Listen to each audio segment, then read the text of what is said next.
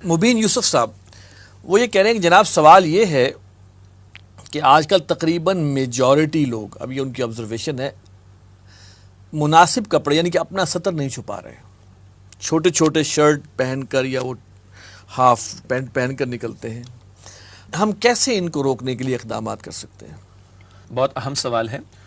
ضمن ذرا ایک اور بات بھی آ جائے، یعنی آپ اور ہم جانتے ہیں کہ سنت رسول صلی اللہ علیہ وسلم کی تعلیم کے مطابق مردوں سے تقاضا ہے کہ ٹخنوں کو کھلا رکھیں، اور بڑا اس پر بعض لوگوں کی طرف سے اعتراض بھی ہوتا ہے، سب کچھ ہوتا ہے. آج جو بات آ رہی ہے تو مجھے برسوں پرانی کچھ باتیں یاد آ رہی ہیں. ہم کراچی میں اور آپ لاہور میں اور دیگر مقامات پر دیکھتے ہوں گے کہ بڑی بڑی کمپنیز کے بڑے بڑے آفیشلز اور بڑے بڑے بزنسز چلانے والے سیٹرڈے جب ان کا آف ڈے ہوتا ہے تو وہ شارٹس پہن کر شاپنگ بھی کر رہے ہوتے ہیں، باہر بھی گھوم رہے ہوتے ہیں. ان کا یہ خلاف شریعت طرز عمل کسی کو پریشانی نہیں، اور ایک بندہ، ایک امتی سنت رسول علیہ السلام کی پیروی میں صرف ٹخنے کھولے رکھے مرد، اس پر پریشانی ہے. آپ اندازہ کریں کہ ہماری پریشانیاں کہاں ہیں اور کہاں نہیں ہیں، بلکہ یوں کہ کہاں ہونی چاہیے اور کہاں نہیں ہونی چاہیے. تو آج تو بات یہ آ رہی کہ جناب آپ نے بڑا مناسب انداز اختیار کیا کہ مناسب کپڑوں کا اہتمام نہیں. یہ حضرات کے لیے بھی ہوگا، یہ خواتین کے لیے بھی ہوگا. تو اب اس طرح ان کو یہاں لانے کی بات کیسے کی جائے؟ ایک غیر مسلم تھا، اسلام قبول کیا، عیسائی تھا، مسلمان ہوا، داڑھی چھوڑ دی.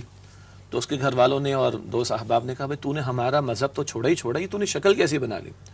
کہا بھائی شکل کا مسئلہ نہیں ہے، مسئلہ یہ ہے کہ میں نے ایک ذات کو مانا کہ وہ اللہ کے پیغمبر ہیں.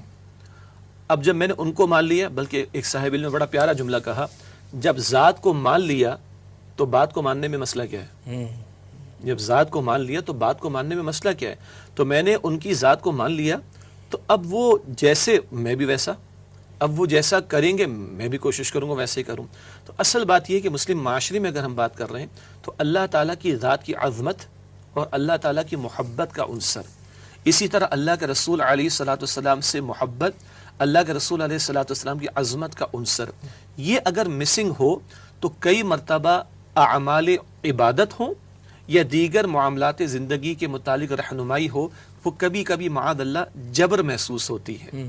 لیکن اگر محبت الہی دل میں ہو، محبت رسول علیہ السلام دل میں ہو، اللہ ہمارا رب مالک خالق محسن اس کی عظمت دل میں ہو، محمد مصطفیٰ علیہ السلام اللہ کے بعد ہمارے سب سے بڑے محسن، یہ عظمت دل میں ہو، تو پھر مستند ہے ان کا فرمایا ہوا. پھر ہر شے، ہر حکم جو بھی سامنے آئے گا بندہ اس کے سامنے جھک جائے گا. میرا ذاتی خیال ایک یہ ہے کہ اس پہلو کے حوالے سے ہمارے یہاں کمی ہے، اللہ کی محبت و عظمت کا پہلو، اور اللہ کون ہے، اللہ کے تعارف کا معاملہ، اللہ کے رسول علیہ السلام کی محبت اور عظمت کا پہلو. یہ اگر ہم پہلے اجاگر کر سکیں تو پھر جو ذات مان لیں گے جس ذات کو، تو اس کی بات ماننا ہمارے لیے مشکل نہیں ہوگا. دوسرے اعتبار سے کہیں، اعمال کا ذکر ہے قرآن پاک میں، اعمال کا تقاضا ہے، مگر پہلے ایمان کا معاملہ. اب عائشہ رضی اللہ تعالی عنہا فرماتی ہے کہ اول اللہ تعالیٰ نے صورتیں نازل فرمائی، مکی صورتیں، ان میں ایمانیات کا بیان ہے، جنت و جہنم کا تذکرہ ہے، آخرت کا بیان ہے، کچھ اخلاقی ہدایات. اگر اللہ تعالیٰ نے اول شراب کی حرمت اور سود کی حرمت اور دیگر احکامات دیے ہوتے تو لوگ عمل پیرا نہ ہوتے. تو گویا وہاں پہلے ایمان کی محنت کا معاملہ ہوا تو پھر اعمال آ رہے، پھر خود منہ سے پوچھ رہے نا، یسألونک عن الخمر والمیسر، شراب و جوئے کے بارے میں سوال ہو رہا ہے، یسألونک عن الیتامی، یتیموں کے بارے میں سوال ہو رہا ہے. سوال کب ہوئے؟ جب وہ ایمان کی آبیاری ہوئی. اب بتائیے کیا کرنا ہے. اگر اس کو ہم فوکس کریں، جو پچھلے سوال کے جواب میں بھی آپ فرما رہے تھے، ایمان کی آبیاری والا پہلو، اور ساتھ میں نے ایڈ کیا اللہ اور اللہ کے رسول کی محبت اور عظمت کا پہلو.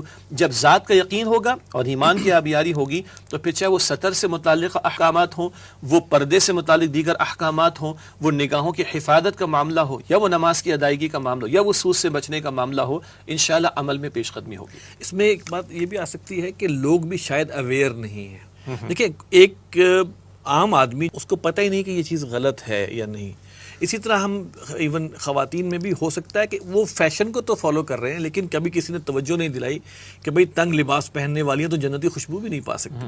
یعنی کہ یہ اویئرنیس کی بھی ضرورت ہے، کیونکہ بہت سے نیک لوگ بھی ہیں جو کہ دنیا میں اتنے مگن ہو گئے کہ ان کو اب یہ چیزیں جو ہے وہ ریلیونٹ نظر. بلکہ آپ کی بات مزید بلند ہوتی ہے. ایک دو تجربات شیئر کر لیتے ہیں. تنظیم اسلامی کے زیر اہتمام ہم ہر 3 مہینے پہ کسی منکر کے خلاف ایک آگاہی مہم لے کر چلتے ہیں. اس میں مقصد لوگوں کو معاذ اللہ کوئی ٹونٹنگ کرنا نہیں ہوتا، آپ نے کہا نا اویئرنیس بھی ہوتی ہے. حیا کے بارے میں دین کی تعلیم، پردے کے بارے میں دین کی تعلیم اینڈ سو آن. اچھا، اور ابھی ہم نے پچھلے 2 سوالات میں قرآن کے تعلق سے کلام کیا. آپ کے علم ہے کہ بانی تنظیم اسلامی ڈاکٹر اسرار صاحب رحمۃ اللہ علیہ نے ارلی 80s میں جو قرآن حکیم کے دورے ترجمہ قرآن کے سلسلے شروع کیے، پاکستان بھر میں جاری ہیں. ایسے کئی مواقع اور مقامات کی مثالیں ہمارے سامنے. ہماری وہ بیٹیاں، اس قوم کی یہ بہنیں جو کسی طرح پہنچ گئیں ان پروگرامز میں، اور جو ان کا معمول کا لباس، تو ہمارے سیگریگیشن ہوتی ہے، خواتین الگ ہوتی ہیں بالکل پردے میں، بس ٹھیک ہے آ گئی. یہی خواتین ہیں جن میں ایسے پروفیشن سے بھی متعلقہ خواتین تھیں جو قطعاً جائز نہیں، بتانے کی ضرورت نہیں. اور ان اللہ کی بندیوں نے سورہ نور سنی ہے، سورہ احزاب سنی ہے، اور یہاں تک مثالیں ہیں کہ وہ آ تو گئی تھی ایک لباس کے اندر، اب وہ کہہ رہی میں جاؤں تو کس منہ سے جاؤں باہر. تو بہرحال وہ رونا دھونا شروع ہوا. تو ایک خاتون بوڑھی تھیں، وہ کہیں سے شاپنگ کر کے آئی تھیں اپنی بیٹی اور بہو کے لیے عبایا کی اور اس کی، اور انہوں کو گفٹ کیا، وہ پہن کر وہ باہر گئیں.